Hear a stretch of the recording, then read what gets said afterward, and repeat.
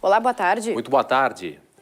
Decisão judicial que suspendeu o serviço do WhatsApp, revogada pelo STF, é precária quanto ao fundamento técnico, segundo os especialistas.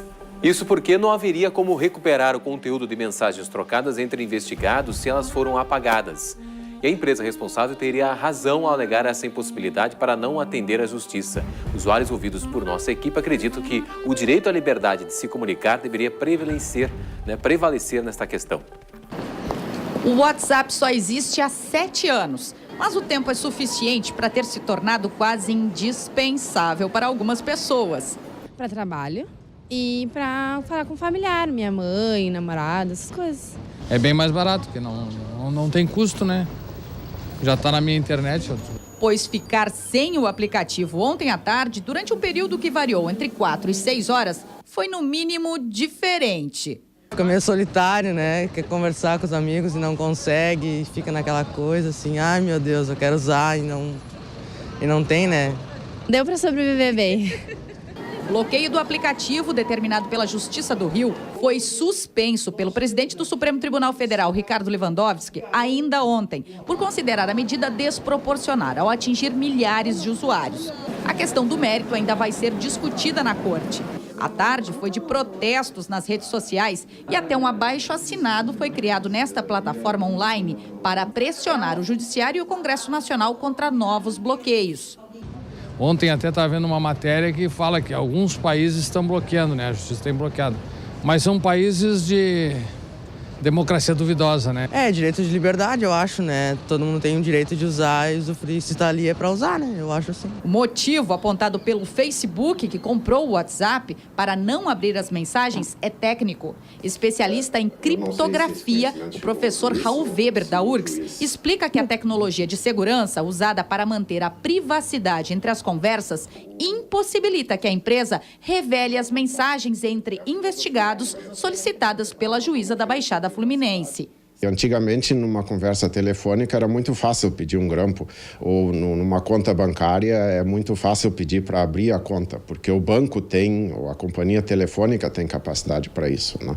No caso do WhatsApp, o serviço que resolveu ser oferecido não tem uma outra alternativa, é de um cliente para o outro cliente, a empresa só consegue saber que alguém está mandando uma mensagem, a qual hora, para quem mandou, mas o conteúdo da mensagem está com a melhor proteção que a tecnologia pode nos dar hoje em dia. Este é o terceiro bloqueio do WhatsApp em menos de um ano no Brasil. A 4ª Vara da Fazenda Pública rejeitou a ação do Ministério Público que pedia a redução de horário de funcionamento de bares e casas noturnas localizados no centro histórico da capital. O MP defendia o funcionamento noturno dos estabelecimentos até, no máximo, 1h da madrugada, abrindo exceção nas sextas, sábados e vésperas de feriado para prolongá-lo até as 2h. A meta era obrigar o município a aplicar o decreto de 2012, que vale para o bairro Cidade Baixa. Em Porto Alegre, quarta-feira de tempo encoberto com algumas aberturas de sol. A mínima prevista é de 5 graus e a máxima chega aos 14. No Vale dos Sinos, dia nublado com aumento de nuvens à noite. Em Novo Hamburgo, os termômetros marcam entre 4 e 14 graus. No litoral norte, sol com muitas nuvens. Máxima de 14 graus em Tramandaí. E com a sequência de dias frios no estado, os gaúchos estão utilizando mais eletrodomésticos para aquecer a casa. Mas é bom ficar atento, pois com tantos equipamentos ligados à conta de luz pode ter um aumento de até 35%. A Casa Sustentável em Exposição da PUC mostra quanto uma residência pode consumir de energia. Nessa casa, qualquer gasto na conta de luz está bem à vista. tem medidor nos grandes gastadores de energia. Esse especialista vai ajudar a gente a entender como é possível viver sem desperdiçar um recurso cada vez mais caro e escasso no mundo. O outro vilão da conta de luz está no banheiro, que é o chuveiro. Odilon, as pessoas têm mania de ligar o chuveiro antes de entrar, né, no box para tomar banho. Sim, verdade.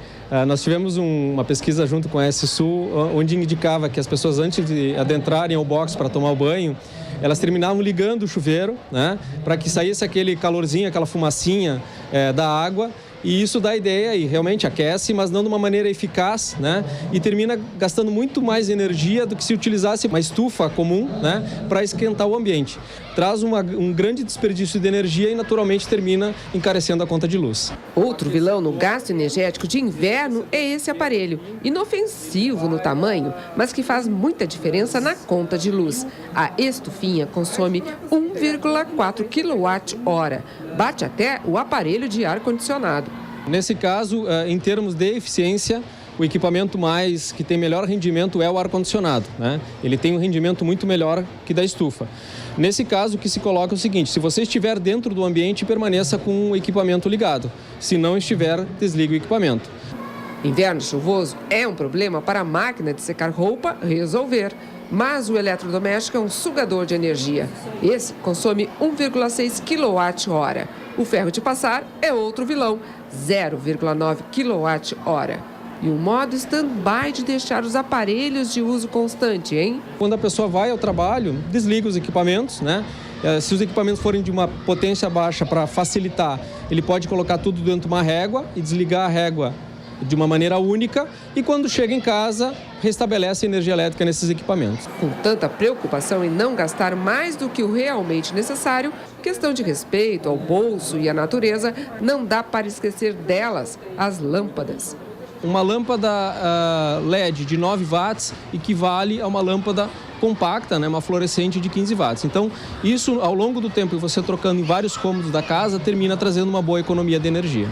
A casa que mede o gasto energético pode ser visitada. Está no Museu de Ciências e Tecnologia da PUC, em Porto Alegre. O primeiro semestre de 2016 foi considerado como o melhor da história do Porto do Rio Grande. Foram movimentadas mais de 19 milhões de toneladas, um crescimento de mais de 8% em comparação com o mesmo período de 2015. A soja e seus derivados apresentaram crescimento de 3%. Outro destaque é a celulose, que sozinha já ultrapassa a marca de 1.300.000 toneladas. O primeiro semestre de 2016 foi ótimo para o Porto do Rio Grande, que registrou números muito bons e também considerado o melhor da história. Janeiro Branco, superintendente do Porto, um balanço desses números que a gente pode fazer para falar sobre essa efetividade do Porto. O importante registrarmos é que já acompanhamos um bom resultado já no ano de 2015. O primeiro semestre de 2016, ele fortalece os números positivos de uma economia que está se recuperando, sobretudo no estado do Rio Grande do Sul, mas também no Brasil. No ano de 2015, o Porto atingiu a movimentação histórica de 37.700.000 toneladas. Tivemos um superávit de algo em torno de 32 milhões de reais, atingindo o melhor resultado da história de 100 anos de atividade do Porto. Já no primeiro semestre de 2016, dando continuidade a essas movimentações, sobretudo no que diz respeito à soja, que é produzida aqui no estado do Rio Grande do Sul e que converge para o Porto Rio Grande e daqui ganha o mundo, também temos um item muito importante, que é a movimentação de celulose. Nós estamos triplicando a movimentação de celulose, especialmente aqui no cais do Porto Público, e aliado também com a movimentação intensa dos terminais privados. Ao longo do segundo semestre de 2016, nós esperamos que os números também sejam bastante positivos, até porque o que nos é apresentado pelos órgãos técnicos que fazem levantamentos dos produtos produzidos aqui no estado do Rio Grande do Sul, há uma tendência de fortalecimento ainda do envio da soja para o Porto Rio Grande, e também de outros produtos que nós estamos retomando as suas movimentações aqui no cais do Porto Público e nos terminais privados, com vistas a que o resultado de 2016 seja ainda melhor do que o de 2015. O Diário Oficial da União publicou nesta quarta-feira a lista das chamadas cidades gêmeas do Brasil. No Rio Grande do Sul, 11 municípios se enquadram na classificação do Ministério da Integração Nacional. Entre eles, Itaqui, São Borja e Santana do Livramento. Isso porque, tendo população superior a 2.000 pessoas e localizados na fronteira, apresentam um grande potencial de integração cultural e econômica. Por outro lado, o governo federal admite que as cidades enfrentam problemas característicos da fronteira com grande intensidade.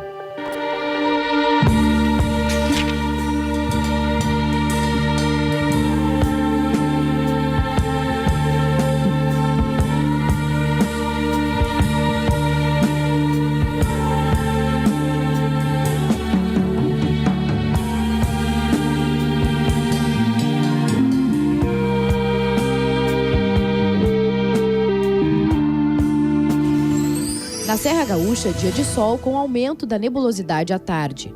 As temperaturas seguem em baixa. Em Caxias do Sul, mínima de 2 e máxima de 13 graus. A previsão é a mesma para Passo Fundo, onde os termômetros marcam mínima de 1 grau. Na região noroeste, tempo parcialmente nublado. Em Ijuí, máxima de 14 graus. Veja daqui a pouco, municípios da região da Serra fazem prevenção contra doenças pulmonares. E em instantes, Escola de Cachoeira do Sul debate ética e honestidade com os alunos. Em Uruguaiana, predomínio de sol ao longo do dia, mínima de 3 e máxima de 14 graus. Em São Borja, céu claro com pouca variação de nuvens. A máxima chega aos 16 graus. Em Alegrete, sol com muitas nuvens à tarde e à noite, mas sem chuva. Mínima de 2 e máxima de 14 graus.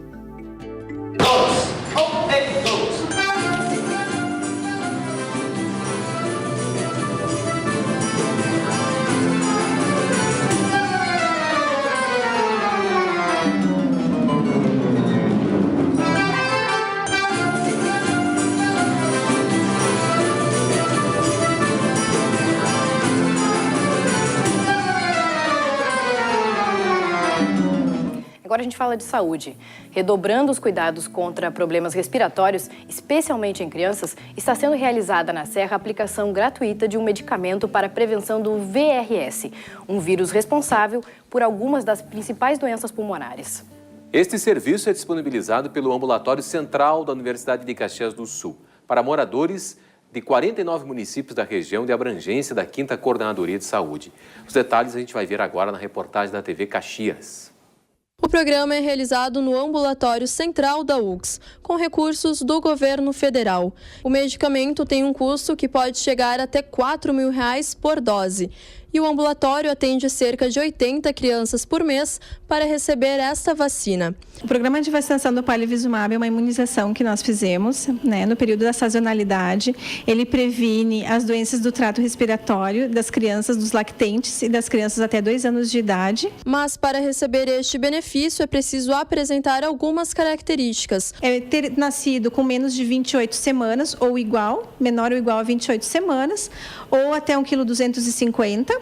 Ou essa criança ser menor de 1 ano de idade, fazer uso de alguma terapia que ajude ela nas doenças respiratórias, seja uso de algum broncodilatador, uso de oxigênio domiciliar, ou uso de medicações, ou então menor de 2 anos de idade, mas que tenha alguma doença pulmonar crônica da prematuridade ou alguma doença, alguma cardiopatia também oriunda da prematuridade dessa criança. A solicitação pode ser feita pelo Sistema Único de Saúde, o SUS, e não atende apenas Caxias do Sul. Os 49 municípios que integram a 5ª Coordenadoria Regional de Saúde podem solicitar este serviço. Eliane Faller, mãe do pequeno Cristiano, de apenas 4 meses, já veio garantir a dose. Moradora de Bento Gonçalves, ela conta como ficou sabendo deste programa. Pelo materno infantil de Bento, a doutora, a pediatra dele. Aí ela me explicou como funcionava e tudo. Achei bastante importante e ele foi um dos únicos que conseguiu lá no materno. Achei bem bom. O leilão solidário da campanha do Agasalho 2016 do governo do estado aconteceu na noite de ontem no Bourbon Country, em Porto Alegre. Os produtos colocados à venda foram as roupas doadas por 25 pessoas conhecidas do meio artístico, cultural, esportivo e político do Rio Grande do Sul. A moeda usada para arrematar as peças foram cobertores que serão doados para comunidades carentes e instituições sociais. Os ganhadores dos lances compraram os cobertores diretamente com o fornecedor que estava presente no local do leilão. Um projeto pedagógico se tornou uma oportunidade para o ensino de valores essenciais. Através de uma ideia simples, o Colégio Barão do Rio Branco envolveu os alunos em debate sobre corrupção e ética. A gente vai ver na reportagem da TV Cachoeira. Desde o dia 23 de maio, os alunos desta escola não têm acesso aos bebedouros. E como ninguém consegue viver sem água, os professores transformaram a dificuldade momentânea em mais uma oportunidade de ensino. Este ano, a necessidade de lacrar os bebedouros para cumprir uma determinação da Secretaria Estadual da Saúde serviu também para fundamentar um projeto pedagógico. E os alunos, sem saber, participaram deste projeto. Um refrigerador cheio de água mineral foi colocado em um dos corredores da escola. Até aí, nada demais. Nem mesmo o fato de cada garrafinha custar R$1. A ideia também trouxe vantagens. Os alunos estão consumindo mais água, saem menos da sala para beber água, já que sempre mantêm as garrafinhas por perto, e também reaproveitam as PETs no projeto de reciclagem da escola. As pessoas antes pediam ao professor para ir tomar água no bebedouro e agora elas vêm, pegam a sua garrafa e ou enchem de novo em casa e trazem cheias pela reutilização das garrafas, ou peguem uma garrafa que tem mais contingência, mais quantidade de água e não precisam estar toda hora pedindo também para ir aos bebedouros. Eu achei uma ideia muito boa, até porque não tem ninguém cobrando que a gente tenha que pagar a água, então eu acho que até serve para um exercício de cidadania, para as pessoas virem aqui, pegam a sua água e botam o dinheiro na caixinha. Eu achei uma ótima iniciativa. Sem saber, os 550 alunos da escola, que já consumiram em torno de 1.050 garrafas de água mineral, se envolveram nos últimos 2 meses em um projeto que deu a cada um deles a liberdade de optar sozinho pelo certo ou errado, sem qualquer influência ou monitoramento. A corrupção, os desvios começam com pequenos gestos. Então a nossa ideia agora é, ao fazer o levantamento, quando retornar em agosto, não só fazer o balanço e mostrar para eles, mas pensar, né, analisar com eles que conclusões a gente pode tirar a partir dessa proposta. A gente tem que ser bom e tem que praticar a bondade e a honestidade sem ter ninguém olhando por nós e pelo bem coletivo. Uma pesquisa recente do Ibope revela que 44% da população brasileira não lê e que 30% nunca comprou um livro. Para ajudar a diminuir esses números, a Biblioteca Pública Municipal de Passo Fundo está investindo em projetos diferenciados. Crianças e adolescentes das escolas lotam o espaço quase todos os dias para viajar nas páginas dos livros sem tirar os pés do chão. A reportagem da UPF TV, nossa parceira do norte do estado.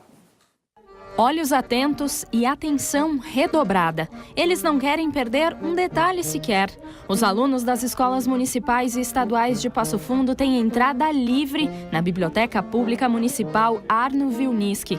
Aqui, o sonho vira realidade e o livro se transforma em uma passagem só de ida para o mundo que eles quiserem.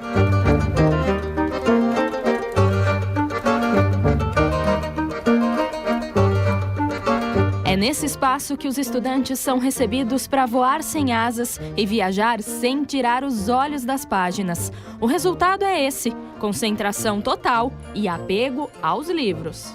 Quando a biblioteca passou por todo esse processo de reforma, na verdade ela foi entregue à comunidade novamente no ano de 2013, se pensou efetivamente numa forma de se conquistar um público que antes se observava que ele não era recorrente aqui na biblioteca, principalmente crianças e jovens. Essa turminha aqui da Escola Municipal Arlindo Luiz Osório, que fica na Vila Dona Júlia, participou de uma das atividades promovidas pela equipe da biblioteca. Tem contação e dramatização de histórias, teatro, debates e muito mais.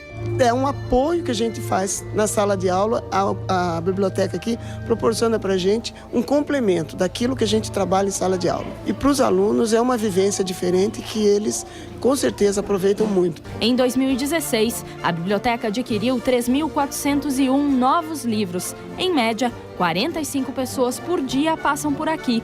São pelo menos 1.000 usuários por mês. Sinal de que a leitura está ganhando espaço e não importa a idade. É incentivo e hábito. É permitir-se entrar em um mundo desconhecido.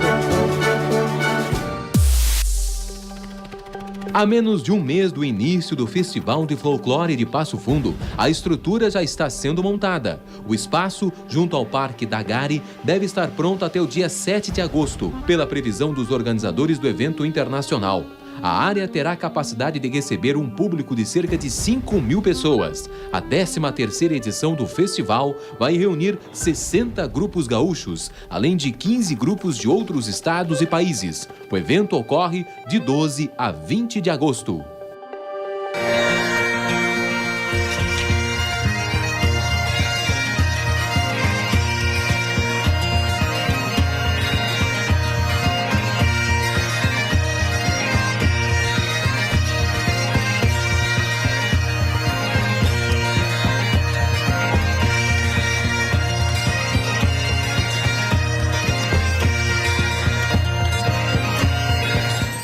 A quarta-feira será de tempo firme em Santa Cruz do Sul.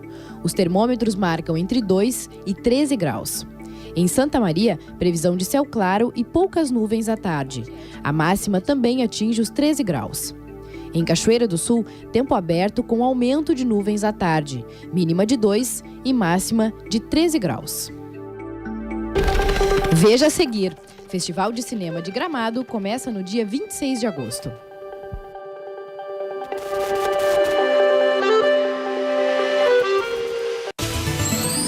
Região da campanha com tempo aberto e aumento da nebulosidade à tarde.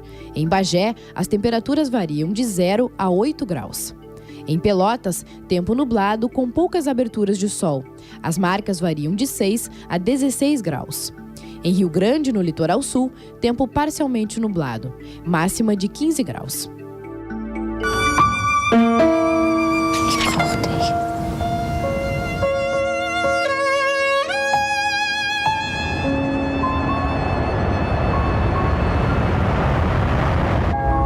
Ich kann keine Entscheidungen revidieren, die andere getroffen haben. Natürlich kannst du das. Viel höher als du geht doch gar nicht. Es wird ein bisschen scheppern. Wir sind jetzt Teenager. Influenciada pelo blues, pelo jazz, dona de uma voz poderosa e de uma carreira meteórica, que terminou prematuramente, mas que marcou época para o rock and roll. Essa foi Janis Joplin, rainha do rock, admirada até hoje por fãs da música. E ela ganhou um documentário que conta com imagens inéditas, cartas pessoais, entrevistas com amigos, entre outras novidades. E quem vai falar para a gente sobre esse documentário é a jornalista lá da FM Cultura, Fernanda Bastos. Boa tarde, Fernanda, tudo bem? Boa tarde, Marcelo, tudo ótimo.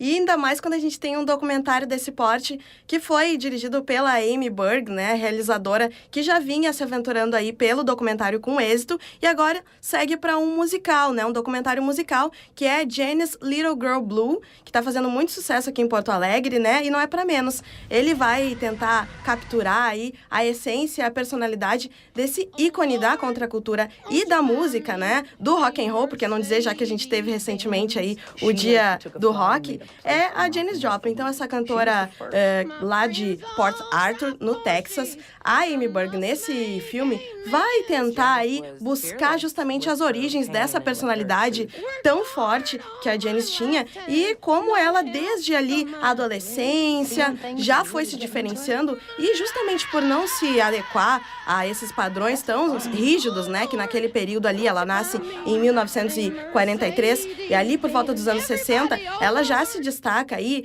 né, hippie e muito carismática e com aquela voz com uma pegada blues que fazia, né, com a junção da personalidade dela, transformavam ela uma pessoa única, mas muito questionada por esse seu comportamento, né, que hoje a gente já olhando, já era contestador, imagina naquele período, né? A Janis, então, que morre nos anos 1970, e nesse ano ela tem uma passagem aqui pelo Brasil, inclusive isso tá no documentário, nesse grande filme da Amy Berg, que a gente recomenda aqui. Então, lembrando sempre, Janis Little Girl Blue é a primeira dica e a segunda é sintonizar a 107.7. Uma ótima tarde para todo mundo.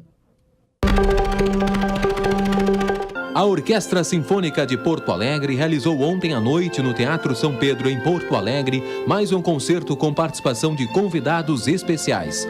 Luiz Felipe, violinista da Filarmônica de Berlim, estreou como solista da OSPA, e o jovem premiado maestro François Lopes Ferrer, da Sinfônica do Chile, fez a regência. No programa estavam o concerto para violino de Johannes Brahms e variações Enigma de Eduard Elgar. A comissão organizadora lançou hoje o 44º Festival de Cinema de Gramado. Este ano, a grande homenageada será a atriz Sônia Braga. Ela vai receber o troféu Oscarito. O ator Tony Ramos receberá o troféu Cidade de Gramado. Por hoje, a Cinemateca Capitólio é a sede do cinema brasileiro e latino. Mas de 26 de agosto a 3 de setembro, a capital será Gramado. A cidade já se prepara para receber todo tipo de turista.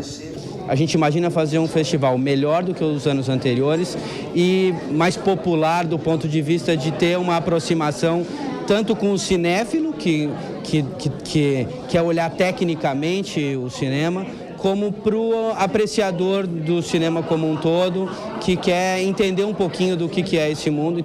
Hoje foram conhecidos os filmes que vão participar da mostra competitiva. E eles têm uma característica em comum. Pela primeira vez, depois de alguns anos, todos serão inéditos. Então o que você vai ter muitos filmes divertidos, muitas comédias. Olha, não vai ter aquelas comédias, são comédias inteligentes. Não.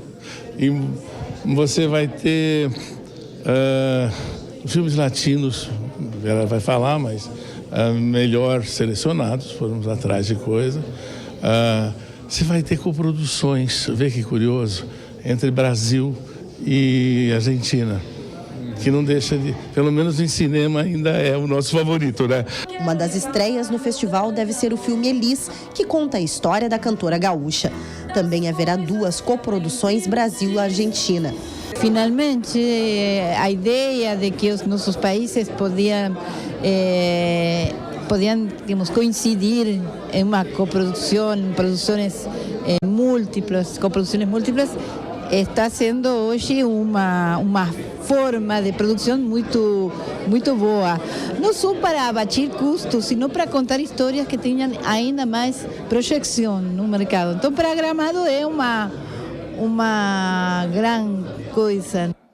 A Secretaria Estadual da Cultura anunciou que durante o festival deve ser assinado um edital para financiamento de produções cinematográficas, no valor de R$1 milhão.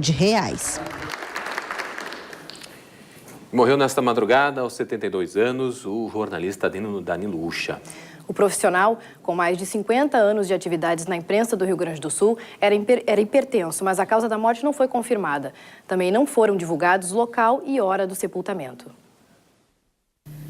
Danilo Ucha começou a carreira no jornal A Plateia, em Santana do Livramento, onde nasceu.